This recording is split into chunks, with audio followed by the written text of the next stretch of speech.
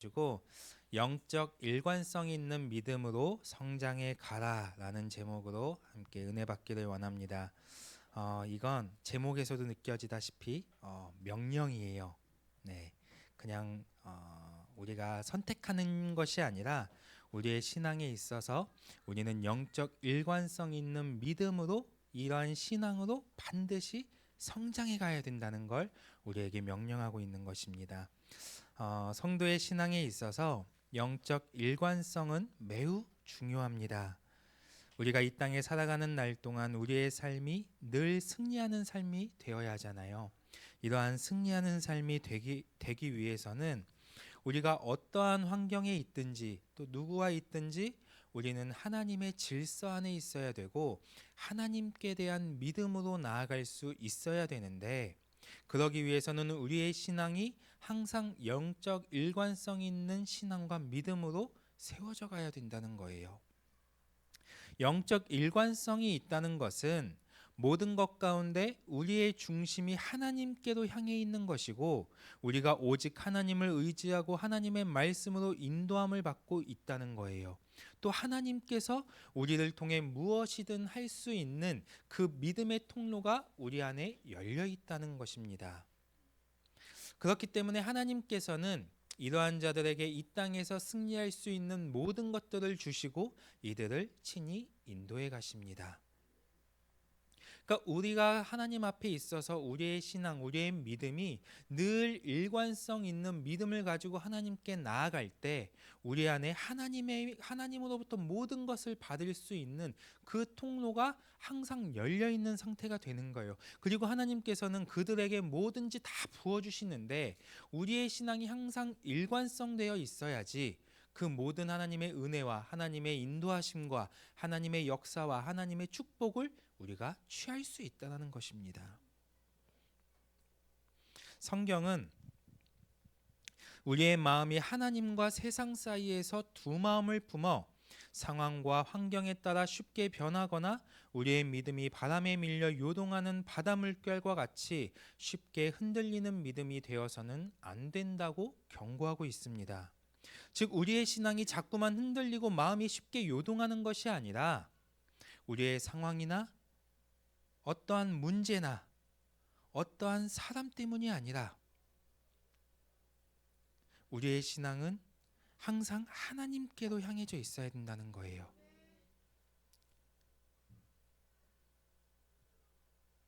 내 중심이 하나님께 향해 있지 않고 내가 지금 하나님의 말씀으로 인도함을 받고 있지 않고 하나님과 세상 사이에 두 마음을 품고 있기 때문에 우리의 신앙은 흔들리게 된다는 것입니다. 우리의 신앙이 영적 일관성 있는 신앙으로 성장해 가기 위해서는 반드시 하나님의 말씀이 우리 안에 인격화되어지고 말씀을 통한 체질화가 이루어져서 우리가 말씀을 통해 자신을 보고 내 안에 하나님과 세상 사이에 두 마음을 품게 하는 적들을 끊임없이 제거해 가야 돼요. 그래서 우리의 영이 늘 하나님께 집중되어야 합니다. 우리의 중심이 자꾸만 하나님께로 향할 수 있게 해야 합니다. 처음부터 끝까지 우리가 한결같은 상태로 하나님의 말씀을 붙잡는다는 것은 결코 쉬운 일이 아니에요. 그렇지만 그럼에도 불구하고 어떠한 상황 속에서도 우리가 하나님의 말씀을 붙잡고 나아가는 것은 우리의 신앙 가운데 반드시 풀어져야 하는 매우 중요한 영적 질서입니다.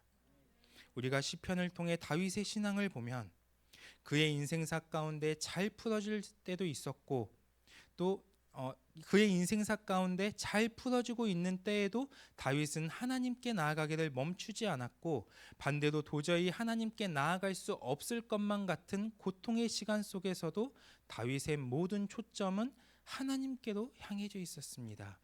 우리가 다윗을 떠올리면 다윗은 굉장히 하나님의 축복을 많이 받은 사람, 하나님이 그와 늘 함께 하셨던 사람, 다윗은 왕으로서 너무나 이름을 높이고 하나님의 영광을 그가 가져오는 삶을 살았고, 그의 신앙이 늘 하나님과 함께 동행하면서 그의 모든 삶이 평탄했을 것만 같은 그런 인식을 우리는 갖게 된단 말이에요. 왜냐하면 그가 놀라운 하나님의 축복 가운데 있었기 때문에.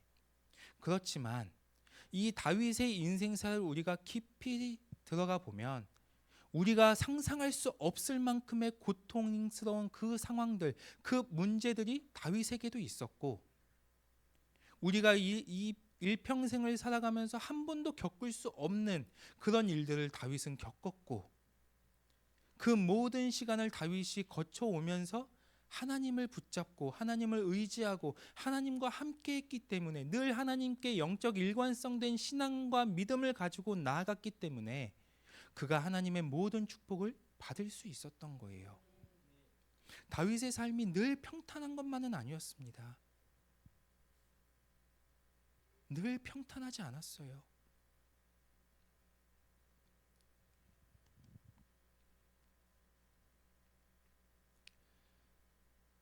다윗은 자신의 그 어려운 시간, 문제의 시간, 환난 날에 그 시간을 통해 자신을 더 깊이 돌아보았습니다. 더 깊이 돌아보면서 하나님의 뜻을 간구했고, 하나님을 더욱 의지함으로 모든 상황을 승리로 이끌어갔던 거예요. 다윗이 이처럼 자신의 인생사에 찾아온 모든 문제와 상황 가운데 날마다 승리할 수 있었던 것은 그는 자신의 신앙과 믿음에 대하여 영적 일관성을 가지고 하나님께로 나갔기 때문입니다. 우리도 마찬가지로 다윗의 이러한 신앙을 본받아 말씀을 통해 늘 영적 일관성 있는 신앙과 믿음으로 성장해 가야만 합니다. 우리가 언제까지고 말씀의 초보에 머물러 있는 것이 아니라 하나님의 말씀에 대한 질서가 내 안에 인격화되어지고 말씀을 통한 체질화가 이루어져서 다윗과 같이 우리의 모든 인생사의 모든 것 가운데 항상 승리의 길로 하나님께 인도함을 받는 자들이 되어야만 하는 것입니다. 오늘 시편 20편은 전쟁에 출정하기 전 다윗은 하나님께 제사를 드리고 그의 백성들은 다윗을 위해 중보하는 내용인데, 중요한 것은 그들의 중보가 다윗의 마음과 일치하고 있다는 거예요. 그러니까 우리의 신앙이 진리 안에서 교회와 하나 되고 주의 종과 하나 되어 나아갈 때 비로소 영적 일관성 있는 신앙과 믿음으로 우리가 성장해 갈 수 있다는 것입니다. 하나님께서는 교회를 통해 일하시는데, 우리가 교회와 하나 되어질 때 교회를 통해 일하시는 하나님의 그 일하심이 우리의 인생사 가운데 열리게 되는 것입니다. 또 하나님께서는 주의 종을 통해 말씀하시는데, 우리가 주의 종과 하나가 되어질 때 주의 종에게 주시는 그 말씀들이 우리의 인생사 가운데 성취되고 역사된다는 것을 우리는 알아야 합니다. 오늘 우리도 이스라엘 백성들의 마음과 다윗의 마음이 일치하고 있는 것처럼 우리의 신앙의 방향성이 교회와 일치되고 주의 종과 일치되어지는 시간으로 나아가기를 바랍니다. 그리고 이제는 일관성 있는 이 신앙과 믿음으로 우리는 성장해 갈 수 있어야 되고, 이 영광교회가 하나님 안에서 늘 기쁨이 되고 늘 하나님 안에서 승리할 수 있는 그러한 길로 우리가 나아가게 되기를 주님의 이름으로 축복합니다. 첫 번째로 우리가 영적 일관성을 갖기 위해서 주의 종과 일치되어야 합니다. 1절에 보면 환난 날에 여호와께서 내게 응답하시고, 이것은 환난 날에 하나님께서 다윗에게 응답하여 주시기를 갈망하며 이스라엘 백성들이 기도하고 있는 거예요. 여기에서 환난 날은 전쟁을 앞두고 대적들의 공격이 임박한 때에 몰려오는 이러한 고통과 두려움으로 인한 내적 혼란의 상태를 의미합니다. 이러한 내적 혼란의 상태를 여러분들은 경험해 보신 적이 있으십니까? 전쟁을 마주해 본 적 있으세요? 맨날 전쟁이야. 내적 혼란이 심하시겠습니다. 네. 저는 어렴풋이나마 경험을 했어요. 네, 어렴풋이나마 이런 느낌을 받아봤는데, 딱 군대에서 전역을 2달, 3달 남기고 천안함이 터지고 말았습니다. 네, 휴가 다 잘리고 전역을 한 해 만에 하고 있고, 그때 이제 진돗개 하나가 발령이 됐어요. 진돗개는 셋, 둘, 하나 순이에요. 그러니까 하나면 진짜 전쟁이 날 수 있는 긴박한 상태거든요. 잠도 전투복 입고 자야 돼요. 머리맡에 총을 놓고 자야 돼요. 그리고 항시 대기를 하고 있어야 돼요. 완전 이 군장을 하고 대기를 하고 있어야 되는 상황이에요. 근데 저는 이제 공군이었잖아요. 그래서 이제 그 진돗개 하나가 발령이 됐을 때 저희는 이제 제일 먼저 해야 되는 게 총이랑 막 이런 걸 메고 이제 비행기에 무기를 달려가야 돼요. 비행기를 띄워야 되니까. 근데 처음으로 이제 제가 2년 2개월 근무를 했는데 이제 두세 달 남겼으니까 한 2년 정도 이제 군 생활을 한 거였잖아요. 평균. 처음으로 실무장을 해봤어요. 비행기에다가 항상 연습용 그 미사일만 달다가 실제 발사가 돼서 진짜 터지는 그 무기를 이제 장착을 하고 거기에 있는 안전핀까지 다 뽑았어요. 바로 이제 나가야 되니까. 근데 그때가 이제 3월이었거든요. 제 기억에 3월쯤이었는데 그렇게 추웠어요. 그렇게 춥고 손발이 차가워지고 입술이 바라라 떨리는 거예요. 그러니까 그날 기온 자체가 추워서가 아니라 진짜 전쟁이 임박했음이 딱 느껴지니까 온몸이 추워져요. 파르르 떨리고 막 공기가 되게 그 습도와 그 공기가 아직도 기억이 나요. 그 정도로 너무 생생해요. 근데 전쟁은 안 났잖아요. 전쟁은 안 났음에도 불구하고 이렇게 생생하게 기억이 남아요. 이제 준혁이도 제대했잖아요. 준혁이도 제대를 했는데 준혁이는 이런 경험을 못 해본 줄 알았어요. 저는 제 기억에 한종 집사는 아마 없었을 것 같거든요. 진돗개가 발령된 적이. 준혁이도 없었던 걸로 기억을 하고 너는 진돗개도 경험 안 해봤지? 제가 이랬어요. 준혁이 나왔을 때. 근데 준혁이도 진돗개 하나가 발령됐었대요. 12월 3일 날. 12월 3일 날 1, 2, 3 이 사태가 발생했잖아요. 그러면서 준혁이 부대도 진돗개 하나가 발령이 됐던 거예요. 그러니까 근데 이제 이게 실제 전쟁의 느낌은 아니잖아요. 그래서 야 그래도 뭐 괜찮았지 않았어? 그랬는데 준혁이 나름대로 이 두렵고 떨리는 그 내적 혼란의 상태가 있었던. 저보다 내적 혼란은 더 심했을 수도 있어요.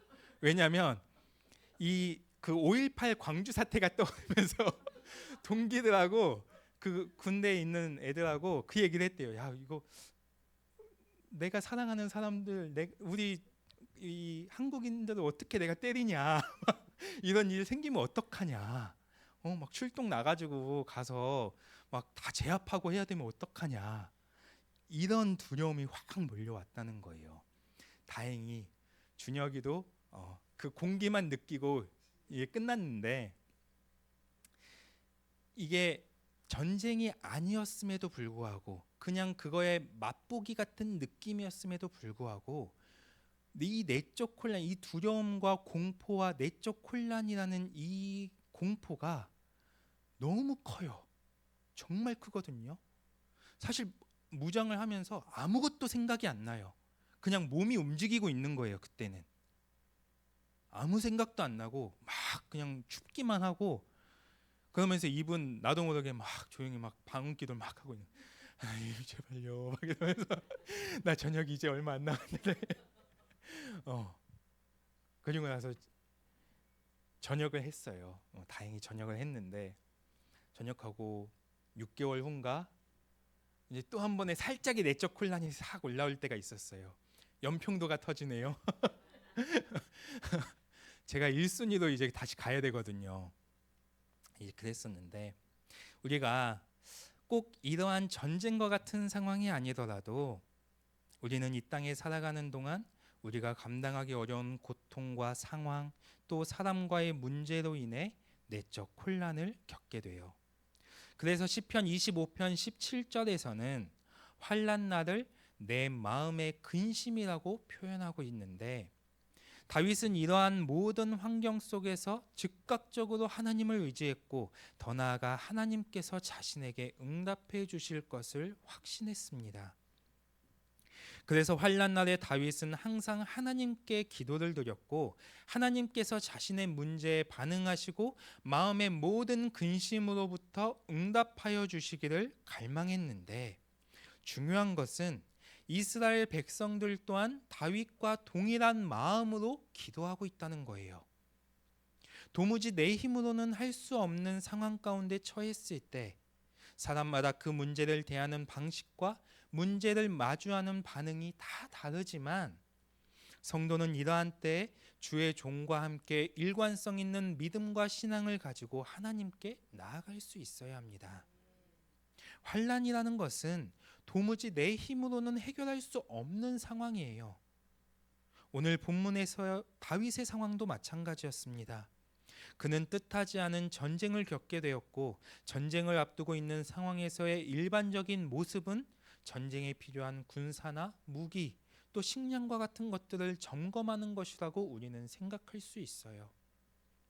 하지만 다윗은 가장 중요한 이 시간에 하나님께 엎드린 것이었습니다. 왜냐하면 다윗은 그 중심이 하나님께로 향해 있었고 하나님이 살아계신 것과 그 하나님이 자신과 함께 하신다는 것에 대하여 항상 일관된 믿음을 가지고 있었기 때문이에요. 이것이 우리가 영적 일관성 있는 신앙으로 성장해 가는 데 있어서 매우 중요한 핵심 요소입니다. 우리는 어떠한 때에라도 하나님의 권세와 주권과 능력에 대하여 항상 의심 없는 믿음을 가지고 나아갈 수 있어야 되고 말씀의 질서 안에서 우리의 신앙을 세워감으로 살아계신 하나님이 우리와 함께 하시는 것을 경험하는 신앙이 되어야 합니다. 이어서 1절 하반절에 야곱의 하나님의 이름이 너를 높이 드신다고 말씀해요. 여기에서 이스라엘 백성들이 다윗을 위해 기도하며 야곱의 하나님이라고 표현하고 있는 것은 하나님께서는 야곱의 인생사 가운데 환경과 사람에 대하여 결정적인 순간에 역사해 주셨고 연약하고 부족함이 있어도 하나님은 끝까지 야곱을 포기하지 않고 지키셨으며 위기의 순간에 야곱의 편에 계셔서 그와 함께 하셨습니다. 그러니까 이스라엘 백성들은 야곱에게 역사하셨던 하나님이 다윗에게도 역사해 주시기를 간구하고 있는 것이고 끝까지 야곱을 지키시며 그와 함께 하셨던 하나님이 다윗의 편에 서서 끝까지 그와 함께 하시고 모든 적들로부터 완전하게 보호하고 지켜주시기를 간구하고 있는 거예요. 다윗은 모든 문제 앞에서 하나님을 붙잡고 하나님께로 나아가는 것이 인격화되어 있었고 그의 백성들 또한 다윗의 믿음에 일치됨으로 움직이고 있는 것을 볼 수 있습니다. 이처럼 지도자와 그를 따르는 자들이 일치되어 나아갈 때 그 기도가 하나님의 응답을 가져오는 강력한 힘을 발휘하는 것처럼 주의 종과 성도들이 일치되어 나아갈 때 우리의 신앙은 하나님 앞에 일관성 있는 믿음으로 성장해 갈 것이고 환난 날에 다윗에게 역사하셨던 하나님이 우리에게도 역사해 주실 것입니다. 하나님께서는 주의 종을 통해 우리에게 말씀하시고 교회와 함께 우리의 삶을 하나님의 뜻 가운데 열어가기 원하고 계십니다. 그러므로 우리는 하나님이 당신의 종을 통해 주시는 진리의 말씀 안에서 주의 종과의 일치됨을 이루어갈 수 있어야 하며 교회를 통해 역사하시는 하나님의 일하심을 우리의 삶으로 가져올 수 있어야 합니다. 2절에 성소에서 너를 도와주시고 시온에서 너를 붙드시며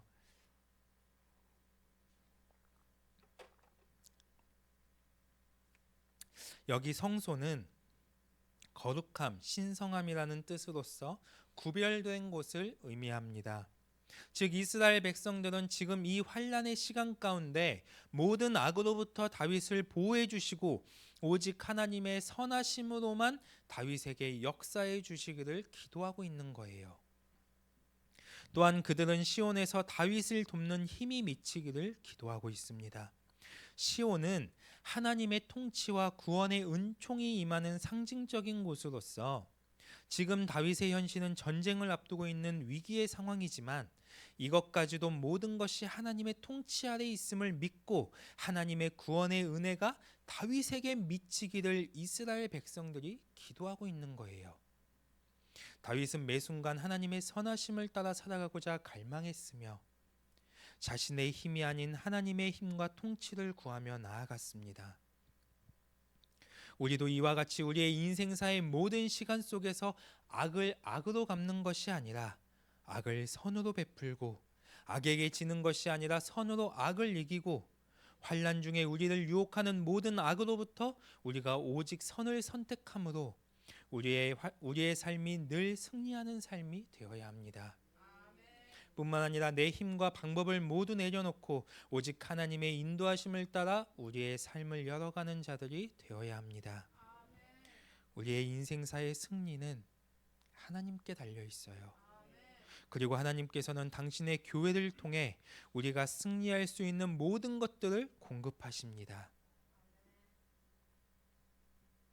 교회는 하나님의 선하심을 흘려보내는 통로이며 하나님께서는 교회를 통해 당신의 모든 권세와 능력으로 우리를 이끌어 가십니다. 그러므로 여러분이 자꾸만 교회의 질서 안으로 깊이 들어오기를 힘쓰고 교회와 일치되고 교회와 함께 여러분의 인생사를 풀어가기를 주님의 이름으로 축복합니다. 두 번째로, 영적 일관성을 갖기 위해서 영적 우선순위가 바르게 세워져야 합니다. 3절에 보면 내 모든 소재를 기억하시며 내 번제를 받아주시기를 원한다고 말씀해요. 여기 소재는 선물, 공물이라는 뜻으로 하나님의 주권을 인정하고 하나님과의 언약을 기억하며 그분께 우리의 삶을 드린다라고 하는 이 충성의 의미로 드려지는 것입니다. 또 번제는 완전한 헌신과 자기를 포기하는 제사로서 우리의 생명과 소유가 하나님의 것임을 고백하며 하나님과의 온전한 관계로 나아가는 것을 의미합니다. 그러니까 다윗은 지금 현재 자신이 처한 상황과 문제보다 하나님과의 관계가 더욱 중요했고 모든 주권이 하나님께 있음을 믿기에 자신의 힘과 방법이 아닌 하나님의 통치와 하나님의 다스림 안에서 그분의 인도함을 구하고 있는 거예요. 그리고 이스라엘 백성들은 하나님을 향한 다윗의 그 마음과 믿음을 기억하여 달라고 기도하고 있어요. 하나님이 기억하신다라는 건 굉장히 중요한데 이것은 단순히 떠올리는 수준이 아니라 하나님께서는 자신이 기억하는 것에 대해서 반드시 그에 합당한 일을 행하시는 분이라는 거예요. 하나님은 죄에 대해서 절대로 잊어버리지 않고 죄를 기억하고 반드시 심판하는 분이십니다. 그런데 하나님이 우리에게 주신 언약이 무엇입니까? 예수 그리스도를 믿음으로 우리가 의롭다함을 얻고 하나님의 언약의 말씀을 붙잡고 믿음으로 살아가는 자들에게는 하나님께서 그들의 죄를 다시 기억하지 않는다고 약속하신 거예요. 죄를 다시 기억하지 않는다. 죄에 대한 심판을 행하지 않겠다라고 우리에게 약속하고 계시는 것입니다. 하나님께서는 다윗의 이 믿음과 마음의 중심을 기뻐 받으셨고 그것을 기억하셨습니다. 우리도 마찬가지로 우리의 인생사 가운데 영적 우선순위를 바르게 세우는 시간이 있어야 합니다. 어떠한 상황에서도 우리가 하나님께 예배하는 것을 소홀히 여기지 않고 어떠한 환난 앞에서도 하나님께 나아가기를 멈추지 않고 어떠한 문제에도 가장 먼저 하나님께 엎드려 그분의 도우심을 구하는 자들이 되어야 하는 것입니다. 제가 영성을 하고 주의 종이 되고 난 후에 너무나 마음이 아픈 그 모습 중에 하나가 뭐냐면요. 정말 신앙생활을 잘 해가다가 어떠한 문제를 마주했을 때, 어떠한 상황에 처했을 때 가장 먼저 놔버리는 것이 하나님인 거예요. 하나님을 예배하는 것인 거예요. 가장 먼저 놔요. 누구보다 하나님을 사랑한다고 고백하고 내가 이제는 믿음으로 살겠다라고 결단하고 나아가면서 나에게 어떤 문제가 있을 때, 내 상황이 좋지가 않을 때 내 감정이 좋지 않을 때 제일 먼저 놔버리는 것이 하나님입니다. 예배하는 것을 가장 먼저 놔버려요. 그때 오는 문제가 무엇입니까? 어떠한 축복이 있습니까? 그 안에 어떠한 은혜의 시간이 있습니까? 나 혼자 정죄받고 나 혼자 힘겨워하고 다시 믿음이 원점이 돼서 다시 시작하는 것과 같은 상황에 놓이게 되는 거예요. 우리는 절대로 어떠한 것에도 하나님을 예배하고 하나님을 붙잡는 것을 놓지 않아야 합니다. 이 영적 우선순위가 우리에게 항상 바르게 세워져 있어야 합니다. 절대로 감정 때문에 하나님을 놓지 마시기 바랍니다. 절대로 내 문제 때문에 하나님께 나오는 이 시간을 잊지 않으시기 바랍니다.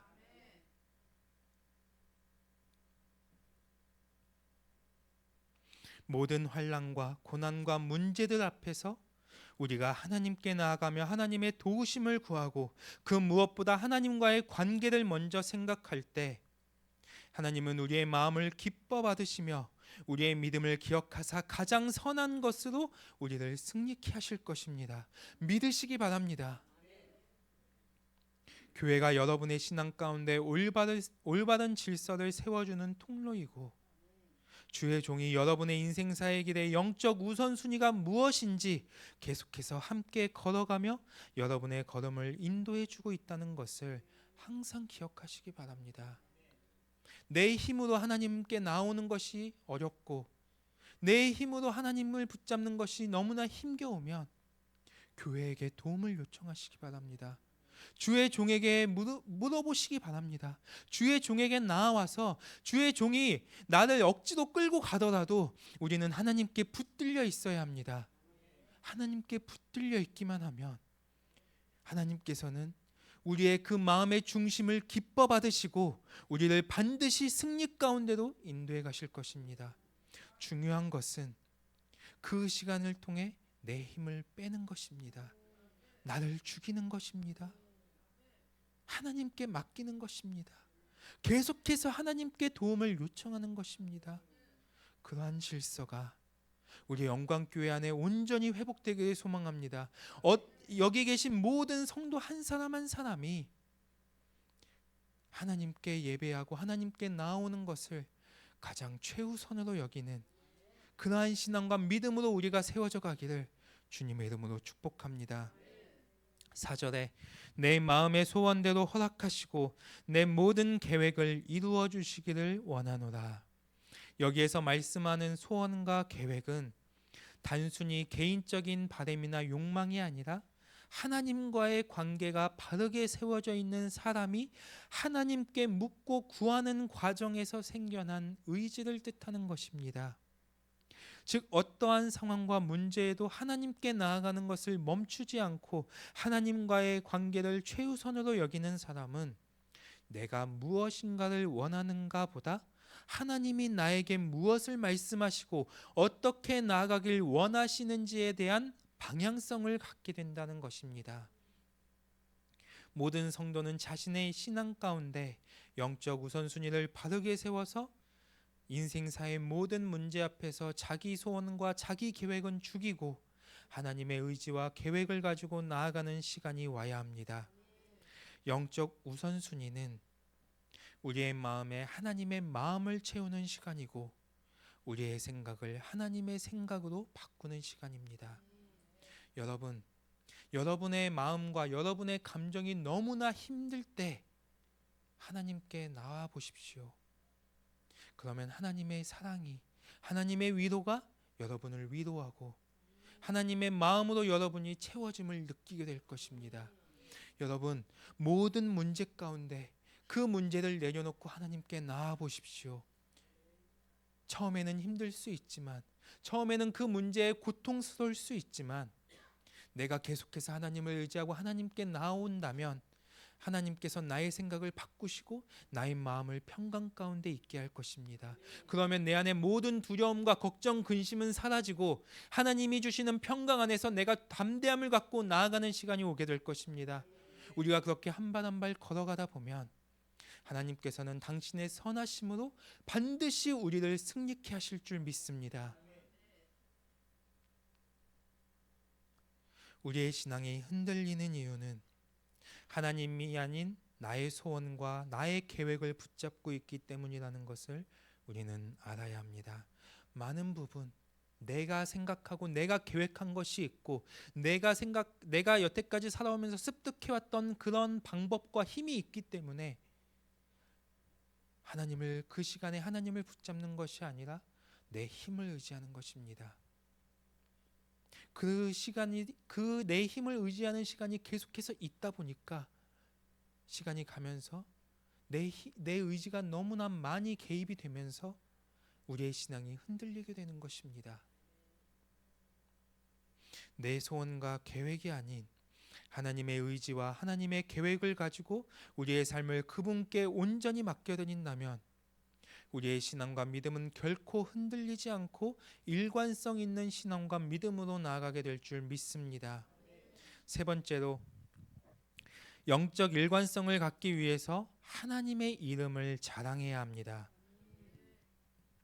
5절에 보면 우리가 너의 승리로 말미암아 개가를 부르며 우리 하나님의 이름으로 우리의 깃발을 세우리니 여호와께서 내 모든 기도를 이루어 주시기를 원한다고 말씀합니다. 다윗의 승리는 곧 이스라엘 백성 전체의 승리입니다.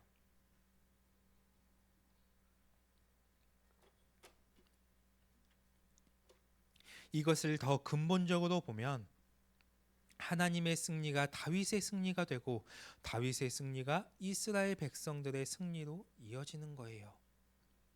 여기에서 승리는 구원을 뜻하는데 전쟁은 삶과 죽음의 기로에 있는 것이기 때문에 이스라엘 백성들에게 있어서 승리했다는 것은 살아있다는 것을 의미하고 이것은 곧 구원과도 같은 것입니다. 이와 마찬가지로 우리 역시 예수 그리스도가 이루신 완전한 승리로 인하여 구원을 얻었고 그러므로 우리는 오직 그리스도의 십자가를 자랑하며 주님의 이름을 찬양하는 자들이 되어야 하는 것입니다. 인생의 모든 순간순간마다 궁극적 승리가 우리에게 있다는 것을 모든 성도는 믿고 나아가야 하는 것입니다.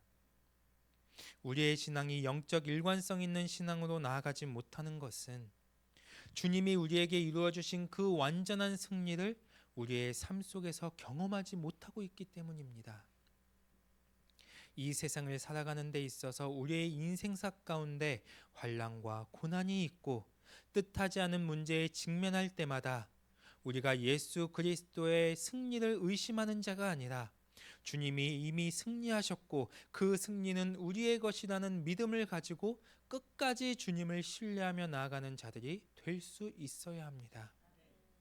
그래서 승리에 대한 확신과 믿음이 날마다 여러분의 삶 가운데 선포되어지고 확장되어지고 성취되어질 수 있어야 합니다. 6절에 여호와께서 자기에게 기름 부음 받은 자를 구원하시는 줄 이제 내가 아노니 그의 오른손에 구원하는 힘으로 그의 거룩한 하늘에서 그에게 응답하시리로다. 여기 여호와께서 기름 부으신 자가 누구예요? 다윗이죠. 그러니까 사무엘을 통해서 하나님은 다윗에게 기름을 부어주셨고 그 기름 부음이 다윗의 승리를 확정짓는 증거라는 거예요. 우리도 마찬가지입니다. 데살로니가후서 2장 13절에 하나님이 처음부터 너희를 택하사 성령의 거룩하게 하심과 진리를 믿음으로 구원을 받게 하심이니 하나님이 그리스도 안에서 여러분을 택하사 구원하셨고 그 택하심과 부르심이 우리의 승리를 보증하는 확실한 증거라는 것입니다. 하나님께서 다윗을 친히 기름 부으셨기 때문에 다윗만 특별한 게 아니에요. 여기에 계신 모든 분들은 하나님의 택하심을 입은 자들이고 하나님께 부르심을 입은 자들이기 때문에 우리는 하나님께로부터 완전한 승리를 가져올 수 있는 그러한 이 증거가 우리 가운데 있다라는 것입니다. 그래서 여러분이 어떠한 때라도 이 택하심과 부르심을 굳게 붙잡고 나아가면 우리는 어떠한 환난 앞에서도 흔들리지 않고 일관성 있는 신앙과 믿음을 가지고 하나님이 약속하신 승리를 향해 전진해 갈 수 있다는 거예요. 하나님께서는 이사야 41장 10절에서 두려워하지 말라 내가 너와 함께함이라 놀라지 말라 나는 내 하나님이 됨이라 내가 너를 굳세게 하리라 참으로 너를 도와주리라 참으로 나의 의로운 오른손으로 너를 붙들리라고 약속하셨습니다. 이 약속의 말씀대로 하나님께서는 당신의 권능 있는 오른손으로 우리의 삶의 모든 시간을 세밀하게 다스리시고 우리를 승리 가운데로 인도해 주실 것입니다. 지금도 하나님의 그 권능의 오른손이 여러분과 함께하고 있음을 믿으시기 바랍니다. 여러분을 향한 하나님의 이 강력한 의지와 계획을 신뢰하십시오. 믿으시기 바랍니다. 그리고 이제 우리의 신앙을 흔드는 삶의 모든 염려들이 하나님께 대한 믿음의 확신으로 바뀌어져야 합니다. 주님의 완전한 승리가 이미 여러분의 승리임을 믿으시기 바랍니다. 그 승리가 이미 나에게 임했음을 우리는 믿고 나아가야 합니다. 7절에 어떤 사람은 병거 어떤 사람은 말을 의지하나 우리는 여호와 우리 하나님의 이름을 자랑하리로다. 당시 병거와 군마는 전쟁에 있어서 승패를 결정짓는 가장 핵심적인 무기였어요. 그렇기 때문에 당시에 많은 나라들은 자신들이 얼마나 많은 병거와 군마를 가지고 있는가 하는 것을 곧 자신들의 힘과 안전과 승리의 척도로 삼았습니다. 하지만 인간적인 자기의 힘과 방법은 우리로 하여금 하나님을 의지하는 힘을 약화시키고 하나님과의 관계를 잃어버리게 만듭니다. 물론 다윗에게도 강력한 병거와 군마가 있었습니다. 그러나 그것은 다윗에게 있어서 승리를 위한 하나의 도구에 불과한 것이었고 궁극적으로 다윗은 눈에 보이는 무기를 의지하는 것이 아니라 하나님을 의지했고 오직 하나님의 이름으로 나아갔던 거예요. 모든 문제 앞에서 하나님을 의지하며 그분의 이름으로 나아가는 다윗의 이러한 믿음이 얼마나 일관된 것이었냐면 사무엘상 17장 45절에 다윗이 블레셋 사람 즉 골리앗에게 이르되 너는 칼과 창과 단창으로 내게 나아오거니와 나는 만군의 여호와의 이름 곧 네가 모욕하는 이스라엘 군대의 하나님의 이름으로 너에게 나아가노라 라고 말씀합니다. 그의 인생사 가운데 승리가 있을 수밖에 없고 하나님의 권능의 오른손이 그의 삶에 함께할 수밖에 없는 이유가 다윗은 어린 시절부터 지금에 이르기까지 어떠한 환난에도 그는 영적 일관성 있는 믿음을 가지고 하나님을 의지했고 하나님의 이름을 선포했다라는 거예요. 이 영적 일관성이 우리의 인생사 가운데 너무나 중요한 영적 질서입니다. 하나님이 우리의 기도에 응답하실 수밖에 없는 신앙을 우리는 가져야 돼요. 하나님이 우리를 승리 가운데 인도해 가실 수밖에 없도록 우리는 늘 끊임없이 하나님께 믿음으로 반응하는 자들이 되어야 합니다.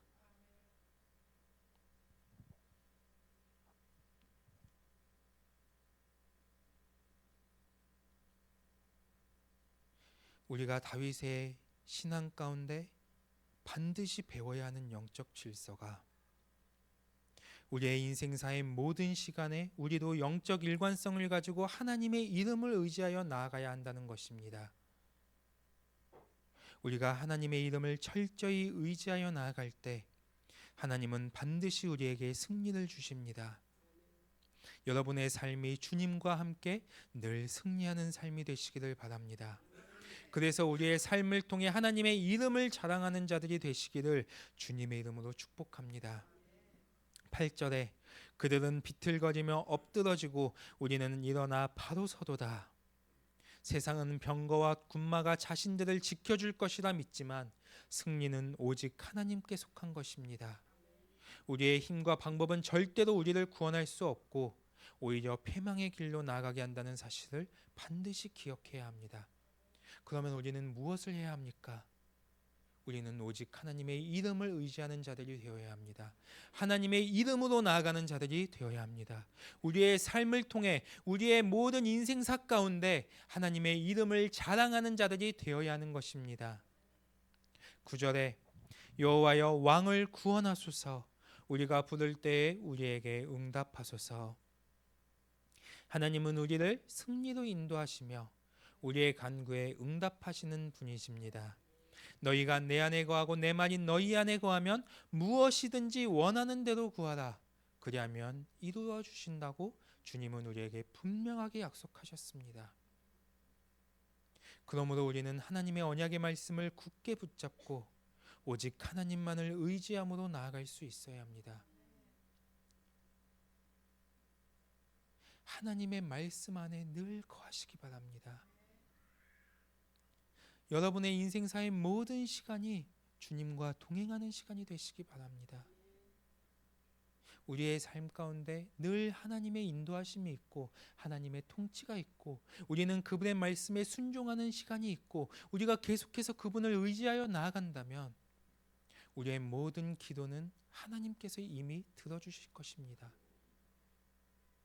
그 믿음을 가지고 나아가야 합니다. 사랑하는 성도 여러분, 하나님의 완전한 승리가 이미 여러분에게 있음을 믿으시기 바랍니다. 하나님께서 반드시 여러분을 승리케 하실 것입니다. 말씀을 마치겠습니다.